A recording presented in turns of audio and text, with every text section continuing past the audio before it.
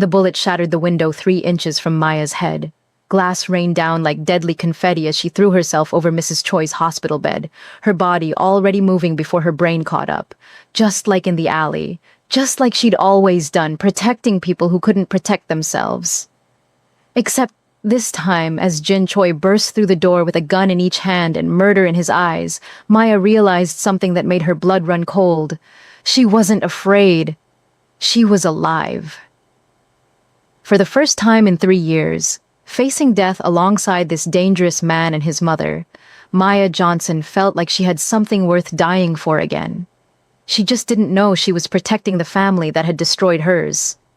"Get down!" Jin's voice cut through the chaos like a blade. 2 more bullets punched through the wall behind Maya, close enough that she felt the air displacement. Mrs. Choi cried out beneath her, and Maya pressed lower, her body a shield between the old woman and whoever was trying to finish what they'd started in that alley. Jin moved like violence personified, dropping to one knee and returning fire through the shattered window. The sound was deafening in the small private hospital room.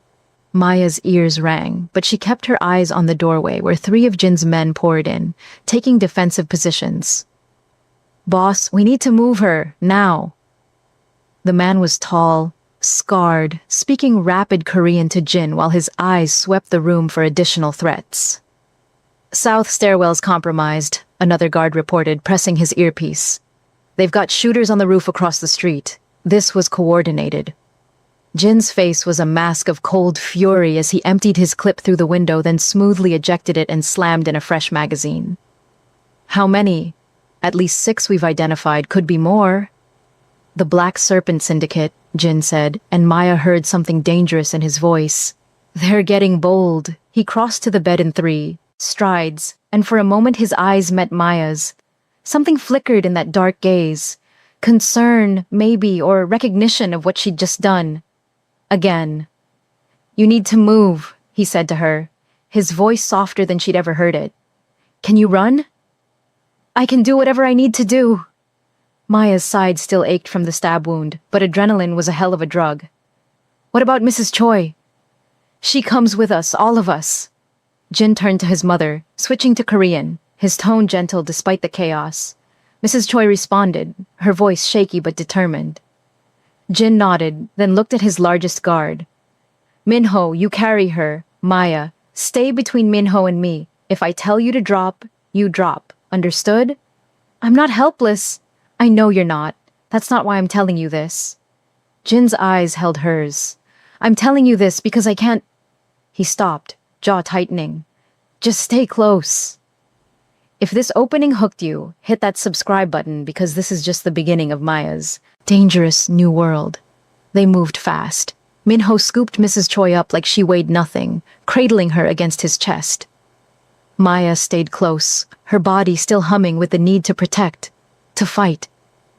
Jin led them out into the corridor, gun up, every movement precise and controlled.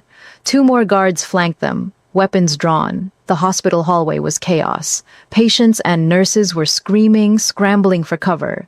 Someone had pulled a fire alarm, adding to the confusion. Perfect cover for an assassination attempt. "Emergency exit, East Wing," Jin commanded, moving forward. They'd made it maybe 20 feet when a man stepped out from a patient room, assault rifle rising. Jin fired twice.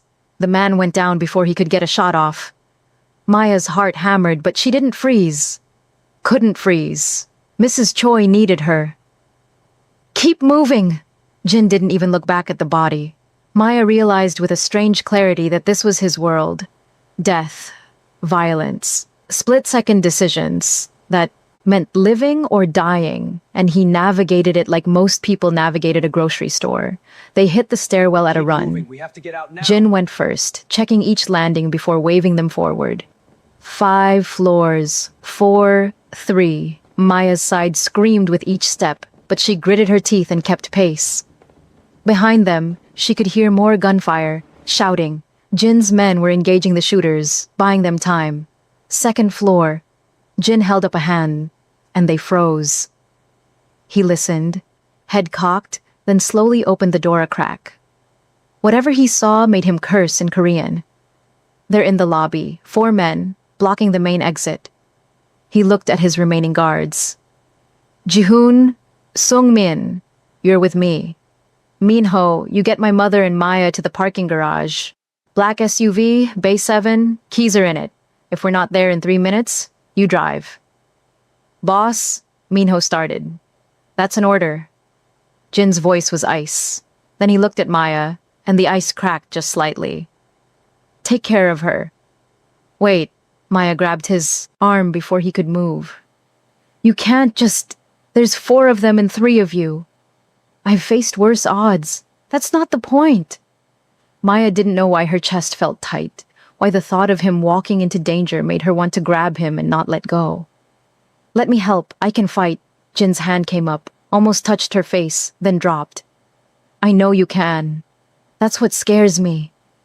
Then he was gone, disappearing through the door with his 2 guards before Maya could respond. Miss Maya, we need to go, Minho said gently, adjusting his grip on Mrs. Choi. Maya wanted to argue, wanted to follow Jin into that lobby and watch his back the way she'd watched Mrs. Choi's. But Mrs. Choi was looking at her with worried eyes, and Maya had made a promise. To protect her. To keep her safe. So she followed Minho down the final flight of stairs and into the parking garage. The SUV was there, black and armored looking, windows tinted so dark they were nearly mirrors. Minho got Mrs. Choi into the back seat, then turned to Maya. Get in. Driver's seat. What? No, you... Boss's orders. If something happens, you drive. You get her out. Minho pressed the keys into her hand, his expression serious. You're the one she trusts. You're the one he trusts. Maya wanted to ask what he meant by that, but 3 gunshots echoed from somewhere above them. Then silence. Long, terrible silence. Come on, Maya heard herself say, climbing into the driver's seat. Mrs. Choi was in the back, her hand reaching forward to grip Maya's shoulder. He'll be okay, the old woman said softly. My son has survived worse. How do you do it? Maya asked, starting the engine just in case. How do you live with the constant fear that he won't come back? Mrs. Choi was quiet for a moment. I remind myself that he's surviving. That's what we do in this family. We survive. Sometimes that's the only victory we can claim. The stairwell door burst open. Maya's hand went to the gear shift, ready to punch it. But it was Jin, blood on his white shirt. Not his blood, Maya realized, walking toward them with controlled purpose. His 2 guards followed, one limping slightly. Maya didn't realize she'd been holding her breath until it rushed out all at once. Jin opened the passenger door and climbed in, his eyes scanning her face. You okay? I'm not the one covered in blood. It's not mine. Jin turned to check on his mother, speaking Korean to her, his voice soft. She responded, touching his face, and something about the gesture made Maya's chest ache. This cold, dangerous man became someone else entirely when he looked at his mother. Minho took the driver's seat and they peeled out of the parking garage, leaving the chaos behind. The safe house was different from Jin's main compound. Smaller, more remote, nestled in the hills outside the city where trees outnumbered people. Maya watched the landscape change through the window, her adrenaline slowly ebbing, leaving exhaustion in its wake. The Black Serpent Syndicate won't stop, Jin said, breaking the silence. He'd been on his phone for most of the drive, issuing orders in clipped Korean. Today was a message, they want a war. Then give them one, Maya said, before she could stop herself. Jin looked at her, something unreadable in his expression. You don't know what you're saying. Don't I? They tried to kill Mrs. Choi. Twice. They're going to keep trying until someone stops them. Maya met his gaze. So stop them. It's not that simple. Why not? You're the one everyone's afraid of, right? The most dangerous man in the city. Or is that just reputation? Jin's jaw clenched. For a moment, Maya thought she'd pushed too far. Then, unexpectedly, he smiled. Just a slight curve of his mouth, but it transformed his face. You're not afraid of me at all, are you? Should I be? Most people are. I'm not most people. Maya turned back to the window. Besides, I've already died once. Everything after that is bonus time. She felt, rather than saw, Jin's reaction to that. The way he went still, the way his breathing changed. When he spoke again, his voice was rough. You haven't died. You're here. You're alive. My body's alive. That's not the same thing. Maya didn't know why she was telling him this, why the words kept coming. When Marcus and Elijah died, something in me died too. I've just been going through the motions since then. Working, sleeping, surviving, but not living. And now, Maya thought about it, about throwing herself over Mrs. Choi's body, about the bullet that had missed her by inches, about the way her heart had hammered when Jin disappeared into that lobby. Now, I don't know. Maybe I'm starting to remember what living feels like, or maybe I'm just getting good at dying for other people. Don't. The word came out sharp, almost angry. Maya looked at him in surprise. Jin's hands were clenched into fists, his knuckles white. Don't talk. About dying. You're not going to die. I won't let you. You can't control everything. Watch me. The safe house was beautiful in a sparse, functional way. High ceilings, lots of windows that somehow still felt secure, furniture that was expensive but understated. Mrs. Choi was immediately taken to a bedroom on the ground floor to rest. Dr. Yoon was already there. Apparently he'd been called ahead, and he fussed over her with professional concern that seemed to irritate Mrs. Choi more than comfort her. Maya found herself in a guest room on the second floor, exhausted, but too wired to sleep. She'd just started to peel off her blood-stained clothes when someone knocked. Maya, it's Dr. Yoon. I should check your wound. She opened the door, and Dr. Yoon entered with his medical bag, his expression troubled. He examined her side where the stab wound was healing, his touch gentle, but distracted. It's healing well, he said finally. You're lucky. Another inch and... He stopped, shook his head. You need to be more careful. Careful wasn't an option today. It's never an option around Jin. Dr. Yoon met her eyes, and Maya saw something there. Guilt? Fear? Maya, I need to tell you something about Dr. Yoon. Jin's voice from the doorway, cold as winter. My mother needs you. I just examined her. She's fine. Now. It wasn't a request. Dr. Yoon gathered his things quickly, giving Maya one last look that she couldn't decipher, and left. Jin stepped into the room, closing the door behind him. You can't keep doing that, he said. Doing what? Throwing yourself in front of bullets, taking knives meant for other people. You're not invincible, Maya. Neither is your mother, neither are you. Maya crossed her arms. What was I supposed to do? Let her die? You were supposed to survive. Jin moved closer, and Maya's breath caught. He was still in his bloody shirt, his hair disheveled, looking more human and vulnerable than she'd ever seen him. You keep saving my mother, but who's going to save you? I don't need saving. Everyone needs saving. Jin's hand came up, and this time he didn't stop himself. His fingers brushed her cheek, so gentle it made her shiver. Even you. Especially you. Maya couldn't breathe, couldn't think. Jin was looking at her like she was something precious, something breakable, and she didn't know what to do with that. Didn't know how to handle the way her body leaned toward his without permission. Jin, she started, but didn't know how to finish. His thumb traced her jawline, his eyes following the movement. You're so brave, too brave. It terrifies me. Why? Because brave people die, Maya. They throw themselves on grenades and take bullets for strangers, and they die. And the people who care about them are left behind to... He stopped, jaw clenching, hand dropping. You should rest. We'll talk tomorrow about next steps. He turned to leave, and something in Maya snapped. That's it? You're just going to walk away?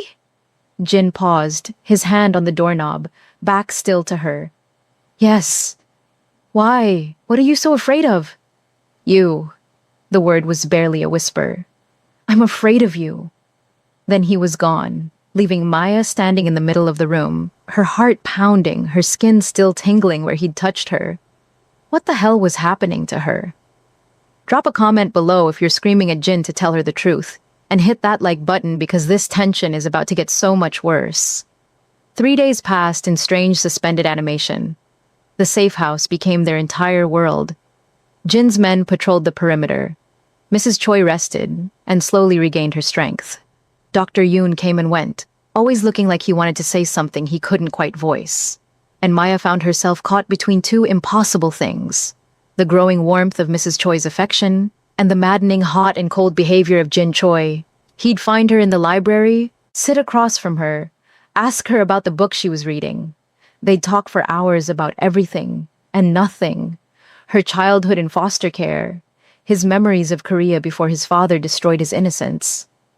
He'd laugh at something she said, a real laugh that lit up his whole face, and Maya would feel something dangerous bloom in her chest. Then he'd stand abruptly, his expression shuddering, and leave without a word. Like she'd done something wrong. Like proximity to her was painful. It was driving her insane. On the 4th day, Maya found Mrs. Choi in the garden, a small enclosed space behind the safe house, carefully maintained despite being a temporary residence. The old woman was examining rose bushes, her movements still careful but growing stronger. "You're recovering well," Maya said, joining her. "Thanks to you. Again." Mrs. Choi smiled, patting the bench beside her. "Sit with me, dear. I want to talk to you about something." Maya sat, enjoying the afternoon sun on her face. For a moment, neither of them spoke, just two women in a garden, peaceful despite the armed guards visible through the trees. "My son is falling in love with you," Mrs. Choi said finally, conversationally, as if discussing the weather. Maya choked on air. "What?" "No, he's not. He barely tolerates me." "Oh, my dear child," Mrs. Choi's eyes were knowing, warm. "I've raised that boy. I know every expression, every gesture. He looks at you the way his father once looked at me. Before..." She stopped, something painful crossing her face. "Before everything went wrong. He looks at you like your sunlight, and he's been living in darkness too long." "Then why does he keep pushing me away?" "Because he's terrified. Jin has survived by keeping everyone at arm's length. Even me sometimes. But you've gotten under his skin. You make him feel things he thought he'd buried with his father." Mrs. Choi took Maya's hand. "You're good for him. You remind him he's human." Maya's throat tightened. "I'm not good for anyone. I'm broken, Mrs. Choi. I've been broken for 3 years." "Broken doesn't mean worthless. Sometimes the broken pieces are what let the light in." Mrs. Choi squeezed her hand. "And I think you're starting to heal. I see it in your eyes. You're coming back to life. Because of you, because you've been kind to me." Maya's eyes stung. "I don't know why, but you've made me feel like I matter. Like I'm more than just someone taking up space in the world. You are so much more than that, Maya. You're brave and strong and compassionate despite everything you've lost. You're exactly the kind of person my son needs. The kind of person Mrs. Choi's voice caught. "The kind of person I always hoped he'd find." Maya found herself crying without meaning to. Mrs. Choi pulled her close, and Maya let herself be held, let herself pretend for a moment that she had a mother again, that she had family, that she belonged somewhere. She didn't see Mrs. Choi's face over her shoulder. Didn't see the guilt and sorrow there, the weight of a secret that was growing heavier by the day. That evening, Jin found Maya on the roof. She'd discovered the access door by accident, and something about being high up, seeing the stars without the city's light pollution, made her feel less trapped. "You shouldn't be up here alone," Jin said, stepping out onto the flat roof. "It's not secure." "Nothing's secure. We could be attacked right now, and I wouldn't know until the bullets started flying." Maya didn't turn around. "Besides, I needed air." Jin moved to stand beside her, close enough that she could feel the heat of his body. They stood in silence, looking at the stars. "I need to teach you to fight," Jin said finally. "I already know how to fight." "You know how to brawl, to survive. That's not the same thing." He turned to face her, and even in the darkness she could see the intensity in his eyes. "You've thrown yourself into danger twice now to protect my mother. If you're going to keep doing that, And I suspect nothing I say will stop you. Then you need proper training, strategy, technique, how to kill efficiently. Maya's pulse quickened. You want to train me? I want you to be able to defend yourself when I'm not there. He stopped, jaw clenching. I want you to survive this world you've stumbled into. What if I don't want to just survive? What if I want to fight back? Against who? The Black Serpent Syndicate, the people who tried to kill Mrs. Choi, whoever else thinks they can hurt the people. Maya stopped, realizing what she'd almost said. The people I care about. When had that happened? When had Jin and Mrs. Choi become people she cared about? Jin was watching her with that unreadable expression again. You're serious. I've never been more serious about anything. Then we start tomorrow. 5 a.m. Don't be late. Jin turned to go, then paused. Maya, what you said before, about the people you care about, did you mean that? Maya's heart hammered. This was the moment to be honest, to be vulnerable, to admit that somewhere between the alley and this rooftop, she'd started to feel something she'd thought was dead forever. Yes, she said quietly. I meant it. Jin's hand clenched at his side. He stood there for a long moment, and Maya could practically feel the war inside him. Then he turned back to her, closed the distance between them in 2 strides, and stopped. An inch away. Close enough that Maya could count his eyelashes, could see the gold flecks in his dark eyes, could feel his breath on her face. I can't, he whispered, and there was so much pain in his voice that Maya's chest ached. I want to. God, I want to, but I can't. Not until you know. Know what? Jin's eyes closed. Everything. You need to know everything. About me, about what I've done, about... His voice broke. About the kind of man I really am.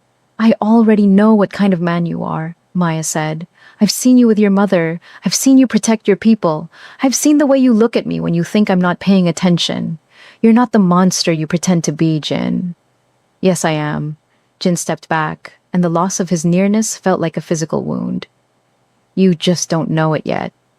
He left her there on the roof, alone with the stars, and her confusion, and the growing certainty that she was falling for someone who kept pushing her away. She didn't know it would have been kinder if he'd kept pushing forever. Training started at 5 a.m. sharp. Jin met her in a room that had been converted into a private gym. Mats on the floor, weapons on the walls, mirrors reflecting back her uncertain expression. We're going to start with the basics, Jin said, moving to the center of the mat. He was in black workout clothes, his hair tied back, and Maya tried very hard not to notice how the shirt clung to his shoulders. Stance, balance, how to make every movement count. For 2 hours, he drilled her relentlessly. Her body remembered the street fighting she'd learned through necessity, but Jin was teaching her something different, something precise and deadly. How to use an opponent's strength against them. Where to strike to disable, to kill. How to move like water, flowing around attacks instead of just enduring them. He was a good teacher, patient when she struggled, encouraging when she got something right. And he touched her constantly, adjusting her stance, correcting her form, demonstrating holds. Each touch burned. Maya found herself hyper-aware of every point of contact, every brush of his fingers. Again, Jin said after she'd successfully thrown him for the first time. But faster. In a real fight, hesitation gets you killed. Maya moved through the technique again, and this time when she hooked her leg behind his and pushed, he went down hard. She followed him down, ending up straddling his chest, her forearm against his throat like he'd taught her. They froze. Maya was breathing hard, sweat dampening her shirt, and Jin was looking up at her with an expression that made her stomach flip. Good, he said, his voice rough. That's perfect form. Neither of them moved. Maya's forearm was still pressed against his throat, not hard enough to hurt, but firm enough to control. She could feel his pulse racing under her arm, matching her own galloping heartbeat. Jin, she whispered, not even sure what she was asking for. His hands came up, gripped her waist. For a moment, Maya thought he was going to pull her down, close that last bit of distance, finally give in to whatever this thing was between them. Instead, he lifted her off him and stood in one fluid motion. "We're done for today. Same time tomorrow." He left the gym without looking back, and Maya punched the mat hard enough to hurt her knuckles. What was his problem? What was he so afraid of? She didn't know that, in another part of the house, Mrs. Choi was in Jin's office, staring at a photograph she'd found while looking for a book. A photograph of a crime scene. Police tape. Covered bodies. A date stamp in the corner that made her blood run cold. She knew that date. Jin had come home covered in blood that night, shaking, saying there'd been a firefight with the Black Serpent Syndicate, that innocent people had been caught in the crossfire, that he'd failed to protect civilians. Mrs. Choi looked at the faces in the photograph, blurred but visible. A man, a child, and in the background a woman screaming, being held back by police. She pulled out her phone, hands shaking, and did something she'd sworn she'd never do. She hacked into Jin's private files, the ones he thought were encrypted beyond anyone's reach, the ones she'd helped him set up years ago, back when she still understood technology, before she decided to pretend to be just a helpless old woman. It took her 15 minutes to find the report, another 5 to read it. And when she finished, she sat back in Jin's chair and closed her eyes. Maya Johnson, widow. Her husband Marcus and son Elijah, killed 3 years ago in a shootout between Jin's organization and the Black Serpent Syndicate. Collateral damage. Wrong place, wrong time. Jin had carried the guilt ever since, had tried to track down the widow to offer compensation, but she disappeared into the shelter system. And now she was here, in their home, saving Mrs. Choi's life, training with Jin, falling for him, and he was falling for her, and neither of them knew they were bound together by the worst kind of tragedy. Mrs. Choi picked up the photograph with trembling hands. She should tell them. Should sit them both down. And what? Watch Maya's face when she learned the truth? Watch her son lose the first person who'd made him feel human in years? Watch them both destroyed by something. That wasn't anyone's fault. Not really, just the cruel randomness of violence. Mrs. Choi looked at the photograph for a long time. Then she slipped it into her pocket and deleted the file from Jin's computer, covering her tracks carefully. She left his office and found Maya in the garden, reading a book, looking peaceful for the first time since the hospital attack. "There you are," Mrs. Choi said, sitting beside her. "How was training?" "Brutal. Your son is a taskmaster."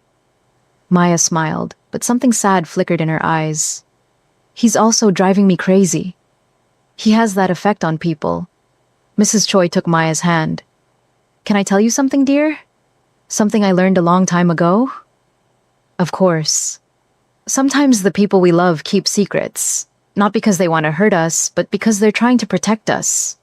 Or protect themselves. Or because the truth is so complicated that they don't know how to untangle it." Mrs. Choi squeezed Maya's hand. "And sometimes the kindest thing we can do is let them keep those secrets, at least for a little while, until they're ready." Maya looked at her curiously. "Are we still talking about Jin?" "I'm talking about all of us. Everyone in this house is carrying something heavy. Everyone has scars, but maybe that's okay. Maybe we can be a family anyway. Scars and secrets and all." "A family," Maya repeated softly. "I haven't had one of those in a long time." "Then let us be yours." Mrs. Choi pulled her close. "For as long as you'll have us." Maya hugged her back, and Mrs. Choi felt the photograph in her pocket like a brand against her hip. She was making a choice. Maybe the wrong choice? Definitely a selfish choice. But she'd lost too much in her life already. She wasn't ready to lose this too. The next week fell into a rhythm. Maya trained with Jin every morning, their sessions intense and charged with unspoken tension. She spent afternoons with Mrs. Choi, learning to cook Korean dishes, talking about everything and nothing. Evenings, she'd find herself in the library, and more often than not, Jin would appear. They'd talk until late, carefully avoiding anything too personal, dancing around the attraction that pulled them together like gravity. On the eighth day, everything changed. Maya was walking past Jin's office when she heard voices, Jin and Dr. Yoon, speaking in English, probably out of habit from their years studying abroad together. You have to tell her, Dr. Yoon was saying, his voice strained. Jin, this has gone on too long. She deserves to know. I know she deserves to know. Jin's voice was raw. I try every day. Every single day I look at her and think, today I'll tell her, and then I see the way she looks at me, like I'm someone worth caring about, and I can't watch that look disappear. It's going to disappear anyway when she finds out, and she will find out. These things always come out. I know, but I need just a little more time. Please. A few more days of her not hating me. Is that so much to ask? What are you going to tell her, Jin? How are you going to explain that your organization, your men, your war killed her family?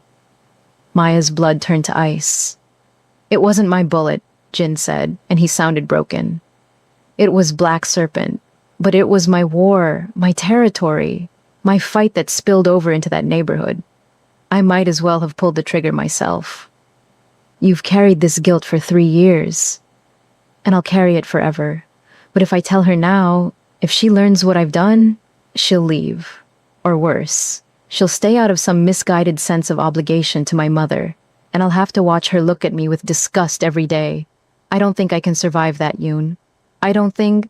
Maya didn't hear the rest. She was already backing away from the door, her heart in her throat, the world tilting on its axis. No, it couldn't be. Jin's organization had killed Marcus and Elijah, the man she'd been falling for, the man she'd been training with, the man whose touch made her skin burn. He was responsible for destroying her life?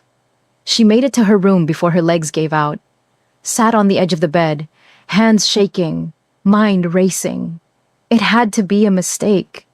A different incident. 3 years ago, there had been gang violence all over the city, multiple shootouts. It didn't have to be, but she knew. Somehow, she knew. The timeline fit, the location fit, and Jin's guilt, his constant pushing her away, his inability to touch her without looking like it caused him pain, it all made horrible, perfect sense. Maya stood, walked to her door. She needed to confront him, needed to hear him say it. Mrs. Choi was in the hallway, and the look on her face stopped Maya cold. You heard, the old woman said softly. It wasn't a question. You knew, Maya's voice came out flat, dead. You knew what he'd done, and you didn't tell me. Maya, please, let me explain. Explain what? That you've been lying to me? That you've let me care about you? About him? Knowing the whole time that he killed my family? Maya's voice rose, cracked. I trusted you. I thought you cared about me. I do care about you. That's why Mrs. Choi stepped forward, and Maya stepped back. Don't touch me. Don't. Maya's breath came in short gasps. I need to leave. I need to get out of here. Maya, you can't leave. It's not safe. The Black Serpent. I don't care. The shout echoed in the hallway. I don't care about the Black Serpent. I don't care about any of this. You want to know what's not safe? Staying here. Caring about people who've been lying to me. Falling for a man who destroyed my entire world. Jin appeared at the end of the hallway. He must have heard the shouting. His face was pale, stricken. Maya, don't. She held up a hand. Don't say my name. Don't come near me. Don't. Her voice broke. Was any of it real? The training, the conversations, the way you looked at me like I mattered? It was all real. Jin's voice was barely a whisper. Everything, every word, every look. You just forgot to mention you killed my husband and son. It wasn't me. It was Black Serpent. We were fighting over territory and they... In your war, on your orders, because of your choices. Maya's eyes burned, but she refused to cry. It doesn't matter whose finger was on the trigger, Jin. It was your bullet. Jin flinched like she'd struck him. I know, and I'm sorry. God, Maya, I'm so sorry. I've been trying to tell you. Every day I've been trying to find the words. 3 years, Maya said, and her voice was hollow. I've been dead inside for 3 years because of you. I lost everything. My husband, my son, my home, my life, all of it gone because you and the Black Serpent couldn't figure out how to share a city. She laughed, and it sounded broken. And then I saved your mother. Twice. I was ready to die for her. Do you understand how insane that is? I never wanted this. Jin took a step forward, and Maya took 2 back. I never wanted to hurt you. If I could go back, if I could change what happened. But you can't. It's done. They're gone. And I've been here, in your house, eating your food, training with you, falling for... She stopped, shook her head. I need to leave, now. It's not safe, Jin said again, desperately. Please, Maya, just stay until we can arrange proper protection. A new identity, enough money to start over somewhere far from here. Let me give you that, at least. I don't want your money. I don't want anything from you. Maya turned to Mrs. Choi, and something in her expression must have been devastating because the old woman's face crumpled. I'm sorry. I know it's not your fault. But I can't look at you and not think about what you kept from me. I just can't. She walked past them both, headed for the stairs. Jin moved like he might follow, but Mrs. Choi grabbed his arm. Let her go, she said softly. Let her have this. Maya made it to the ground floor, headed for the front door. One of Jin's guards moved to stop her. Let her pass, Jin's voice came from the top of the stairs. Broken, defeated. Let her go. The guard stepped aside. Maya opened the door and stepped out into the cool evening air. She had no car, no money, no plan, just the desperate need to get away from the house where she'd almost been happy, from the people who'd made her feel like she belonged, from the man she'd been stupid enough to fall for. She made it maybe 20 feet down the driveway before she heard the car. Engine roaring, moving too fast. She turned, saw the black sedan with tinted windows, saw it swerve toward her. Black Serpent. Maya's training kicked in. She dove to the side, hit the ground rolling. Gunfire erupted, bullets chewing up the pavement where she'd been standing. The sedan screeched to a halt, doors opening, men pouring out. 4 of them. Armed. Moving to surround her. Behind her, she heard Jin shouting, heard the guards mobilizing. But they were too far away. It would be at least 30 seconds before they could reach her. 30 seconds was a lifetime in a firefight. The first man lunged at her with a knife. Maya moved like Jin had taught her, sidestepped, grabbed his wrist, used his momentum to send him stumbling past. The second man came from her left, and she dropped low, swept his legs, came up with his gun as he fell. She'd never held a gun before, never wanted to, but her fingers found the safety, the trigger, and when the third man raised his weapon, she fired. The recoil shocked her. The man went down. Maya didn't have time to process what she'd done. The fourth man was on her, tackling her to the ground. She lost the gun, felt his hands around her throat. Then the weight was gone. Jin had the man by the collar, was throwing him aside like he weighed nothing. The man hit the ground, and Jin was on him. Brutal and efficient. Movements designed to end threats permanently. More guards arrived. The firefight lasted maybe 2 minutes total. When it was over, 2 Black Serpent men were dead, 2 were fleeing in their sedan, and Maya was on her knees on the pavement, shaking. Jin dropped beside her. Are you hurt? Did they... Don't. Maya scrambled away from him. Don't touch me. Maya, please! I killed someone. She looked at her hands, looked at the body of the man she'd shot. I killed him. You survived, that's all that matters. Jin's voice was rough. Maya, you can't leave. You see that now, right? They know your face. They know you're important to us. They'll hunt you. Important to you, Maya repeated. She looked at him. This man she'd been falling for. This man who destroyed her life and then put it back together without telling her it was his fault it had shattered in the first place. Is that what I am? Important? Yes. God, yes. Jin looked wrecked. You're the most important person in my world outside my mother. You make me feel human. You make me want to be better than I am. And I know I don't deserve it. I know I should stay away from you, but I can't. I tried and I can't. You should have tried harder. Maya stood, her legs unsteady. You should have told me the truth from the beginning. You should have, her voice broke. You should have let me hate you before I fell in love with you. The words hung in the air. Jin's face went white. He started, but Maya was already turning away. I'm not leaving, not because I forgive you, not because I want to stay, but because apparently I don't have a choice. She walked toward the house without looking back. The black serpent wants me dead. Fine, then I'll help you destroy them, every single one of them. And when that's done, when this war is over, I never want to see you again.